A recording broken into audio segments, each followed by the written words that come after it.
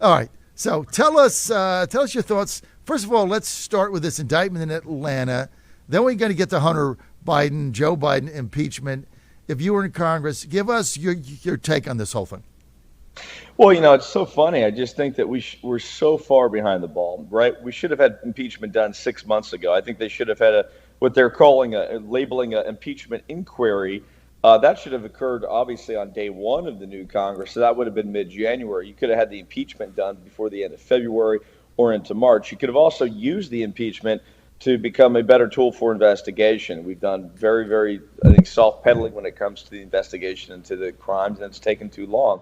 So that should be done by now. Now we should be referring Biden for criminal charges, and we should be pushing and making recommendations, specific findings to DOJ for that. But the fact that we haven't even done the impeachment yet just shows that they're slow walking this whole thing. I think it was really a tool for McCarthy the whole time that when he got in a pinch, right, when he got stuck in a real pinch like he might be in the next couple of weeks with this spending fight that you're going to see after the August recess, then he's going to draw out a lot of attention with impeachment, sort of use it as a tool to deflect pressure on him, and sort of create media pressure on any of the 20 truly great congressmen who held him accountable back in January, create pressure on them to cave on spending or something like that. I mean, there are no accidents. There's nothing sort of naturally happening in D.C. It's all sort of planned.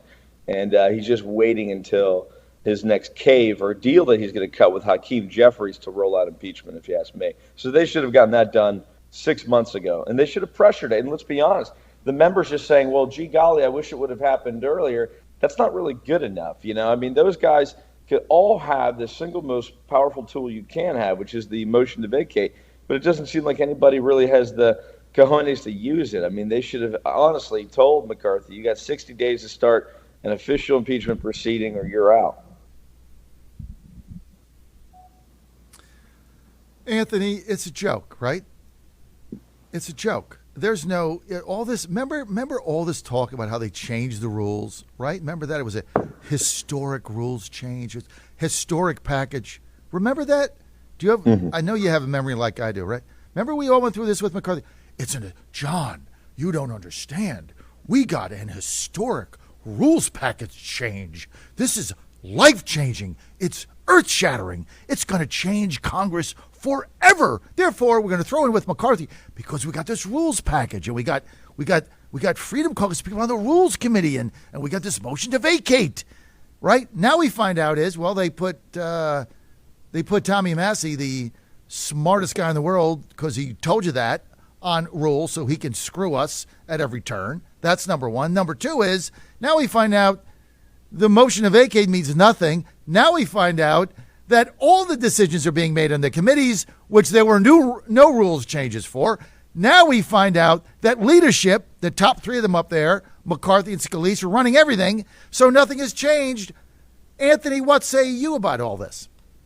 I think the biggest takeaway, it's terrible. It's a bad situation. Where the biggest takeaway here is hopefully our Republican voters realize the emptiness of these formalistic procedural changes, right? Like, oh, hey, we have it that, this committee is slightly differently structured now, and this one is this, and this one's that. The biggest change in Congress was the fact that we had tight margins, the fact that 3 or 4 Republicans could derail the McCarthy sellout at any time. What we found out is that we don't really have an assemblage of guys who are willing to exercise that little power they have, and that all these other proceduralisms and formalisms are gimmicks, like you mentioned. And the fact is, they will always use tactics to appear like they're giving power back to the members without ever actually doing it. I served 4 years in the state legislature in Florida.